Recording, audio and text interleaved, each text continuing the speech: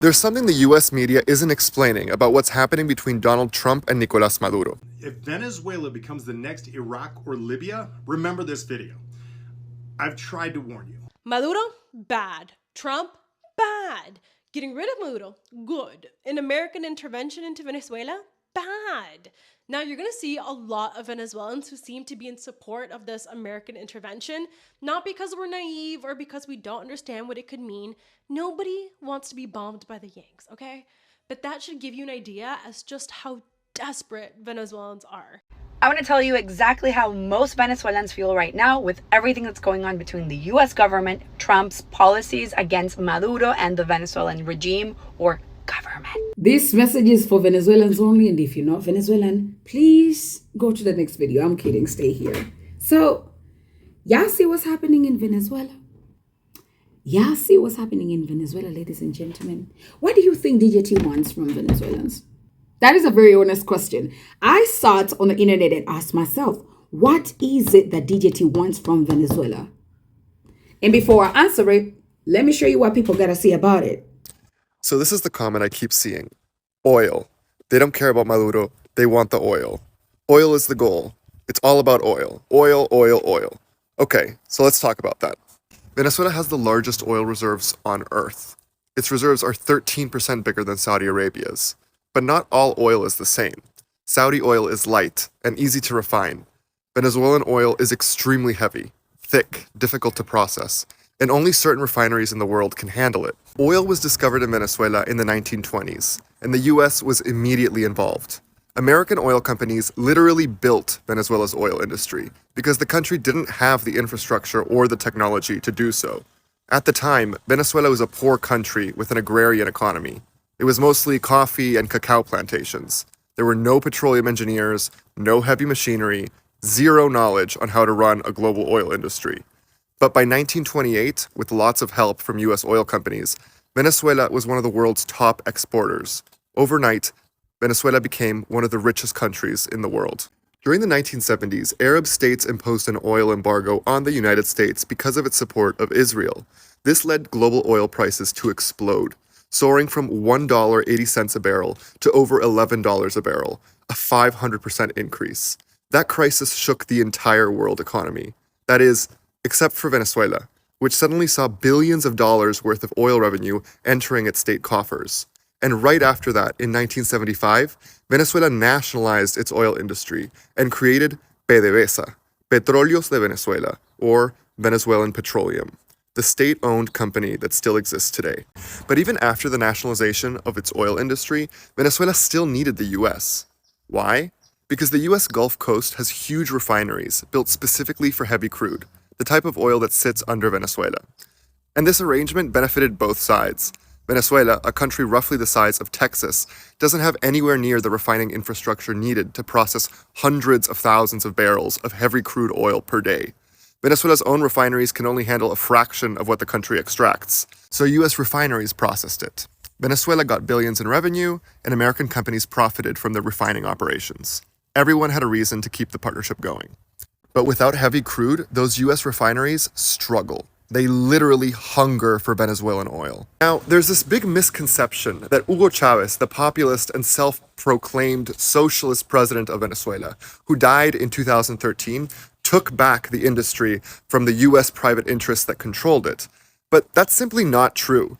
Chavez became hostile to the US politically, yes, but he still depended on the US market. Venezuelan oil continued flowing to American refineries, and Chavez took advantage of the largest oil boom in history, gaining access to billions of dollars in oil revenue. What Chavez did do was purge PDVSA, the state oil company. He fired thousands of expert workers and replaced them with loyalists. Corruption exploded, production collapsed, and the economy imploded. When Chavez died in 2013, he handpicked this man, Nicolás Maduro, as his successor. Maduro inherited a country that was collapsing economically and made it worse. Much worse. By 2017, 76 out of 84 PDVSA plants were paralyzed. Venezuela's oil production fell to 20% of its total capacity. Now, I can already hear you in the comments saying, that's because of sanctions. But no, not yet at least. Before 2019, US sanctions only targeted individual Venezuelan officials, human rights abusers, narco traffickers, and corrupt elites. Venezuela was still completely free to sell its oil to the United States. And it did. The first oil sanctions only came in 2019, under Trump's first presidency. He basically imposed an embargo on PDVSA, the Venezuelan state oil company. Ironically, this hurt US companies too, because they lost access to the heavy crude their refineries are specifically built for. So why sanction PDVSA if American companies hated it? Well, because Maduro suspended elections and was consolidating a dictatorship in Venezuela. The sanctions weren't about oil, they were about politics. It was a move to support the political opposition in Venezuela, which had won an election that Nicolás Maduro refused to accept. So where does that leave us right now? 6 years later, Maduro is completely broke and running out of options. They rely on drug trafficking and illicit activities to survive. Maduro, more than Trump, funnily enough, desperately wants the US companies to reestablish their operations in Venezuela. 2 weeks ago, Maduro even offered Trump all of Venezuela's resources, including all the oil, and also to reduce economic ties with China and Russia, if Trump would just leave him alone. So if it was just about oil, Trump could have just accepted Maduro's offer. But he didn't. So no, it's not just about oil. Oil is just a piece of the story, but it's not the whole story. And you might be thinking, okay, Alex, but if it's not about oil, what is it about? Why is the US about to attack Venezuela?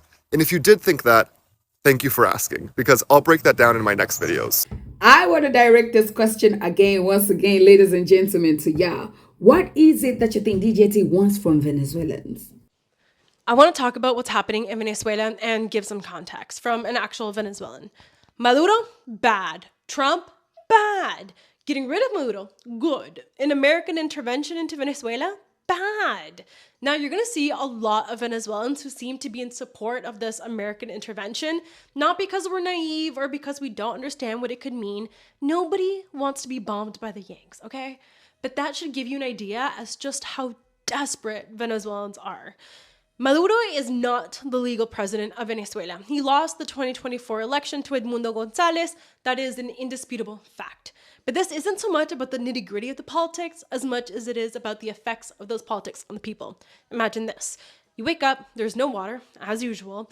The lights have been out for about 10 hours. Your fridge starts to smell because the power keeps going out. So you're like, okay, I'm gonna go out and buy some new food. You get there and the food is even more expensive than it was before.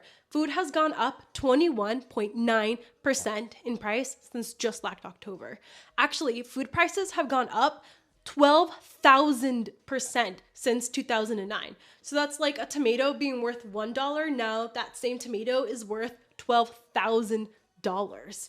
That's how crazy the food situation is in Venezuela. These rolling blackouts too that I mentioned have a huge effect on the hospital systems. Often you will be in the middle of surgery and the electricity goes off. So you have a country where you have very little access to food, and we know little access to food usually means a huge increase in crime. That has happened in Venezuela. You have a dangerous country, you don't have access to food, water, electricity, and your hospital systems have been terrible. On top of these brutal living conditions, you have this political violence hovering on top of you. If you speak out about what's happening, you are very likely to be disappeared into El Helicoide, which is the largest torture center in the Americas. In July of 2024 came Operation Tuntun. So basically the government would come knocking on your door if you made any posts that were against the government. And if your neighbors outed you for being out protesting, you would be likely to be kidnapped and sent to this torture center. In just the month of July 2024, 1,900 political prisoners were taken. Those numbers have gone up to over 3,000, most of those being youth and most of those being underage girls. Since 2014, there has been 17,888 politically motivated arrests in Venezuela. More than 8 million Venezuelans have fled the country. Our families are scattered across the world because we can't safely live home. And back in Venezuela, the regime allows mining that is tearing apart the Orinoco Delta, poisoning rivers with mercury and displacing indigenous people, allowing miners to go into indigenous territories, spreading diseases, and kidnapping and human trafficking indigenous women.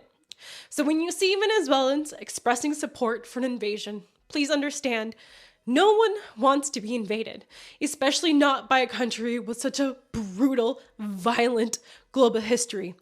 But Venezuelans are running out of options. Our hope is real. But underneath that hope is fear, exhaustion, and deep sadness for having to survive this horrific, violent, corrupt dictatorship. So please give us some space to feel all these emotions. Venezuelans aren't dumb. We are hardworking people who just want the best, like everyone else, to live a normal life. Thanks for listening.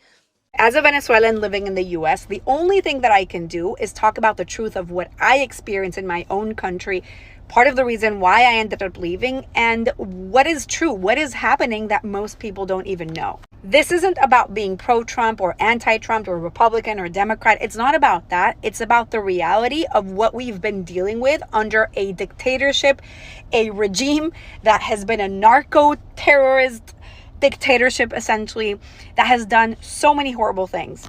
And listen, if I'm going to be honest with you, if I were an American citizen not knowing anything about what's happening in Venezuela, I would understand their nervousness that people feel under what's going on with Trump. However, as a Venezuelan citizen who does know what's happening, I feel like, please come and help, because this is out of our hands. A lot of people have asked me, but why haven't the Venezuelan people protested? Why aren't they in the streets trying to overthrow the government? The reality is that we've spent the last 26 years protesting in the streets and voting and doing everything that is in our hands to overthrow these people and gain control of the country again. But just to give you one small example, last year after the elections, which the opposition won, and they had the ballots to prove that they won, in 24 hours, almost 3,000 people were put in prison, including people that defended those ballots and that made copies of those ballots to prove that they had won. These people, some of them, nobody knows even anything about where they are. Others are basically in torture centers in Venezuela, and they don't have rights to a lawyer or anybody. Like, they're just thrown in jail. Even posting like messages or sending each other messages through WhatsApp, through private messages on your phone, is enough to land you in prison right now. So voting or taking the streets is not as simple. We've done that thousands and thousands of times over almost 30 years. The only way to bring these people down and to recover democracy and to recover justice and prosperity and peace is to have somebody else end this war. The war already started years ago. What we need is external force to help us end it. Ultimately, I don't know where this is going to end. I have no clue what's going to happen in Venezuela right now and where Trump is going to take this. But of course, I'm in favor of something ending this situation, or somebody ending this situation, because the pain that it has caused is beyond what I could even describe here. So I will continue sharing what I've seen in my country and what's going on, because most of the media isn't sharing the whole truth. Here's everything happening in America in less than 3 minutes, starting with Donald Trump gearing up for war with Venezuela. Donald Trump has accused the Venezuelan president Maduro of trafficking drugs into the United States of America. The Trump administration has gone so far as to put a $50 million bounty on the head of the president of Venezuela, despite the fact that there isn't clear evidence that drugs are actually entering into the United States of America from Venezuela.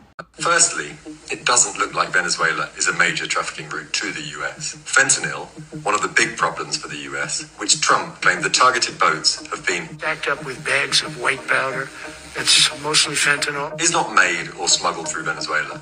Instead, it's thought to be coming from Mexico, while cocaine seems to mainly come through the Pacific from places like Ecuador, Peru, and Colombia, rather than on small boats through the Caribbean, where the US has mostly been. Additionally, in recent weeks, Trump confirmed that he has authorized the CIA to carry out secret operations in Venezuela as his administration deployed the largest aircraft carrier to the Caribbean. Donald Trump wants to wage war with Venezuela because he wants to topple Maduro. He wants to cause destabilization in the region, and he wants to steal resources because that is the history of the United States of America. In other news, on November 27th, 2 National Guards were shot by an individual from Afghanistan. It was later revealed that he was a CIA operative. The individual who shot the 2 National Guards was given asylum in 2021 when the U.S. pulled out of Afghanistan. What's interesting is that the CIA had actually prioritized this unit in getting them out of Afghanistan.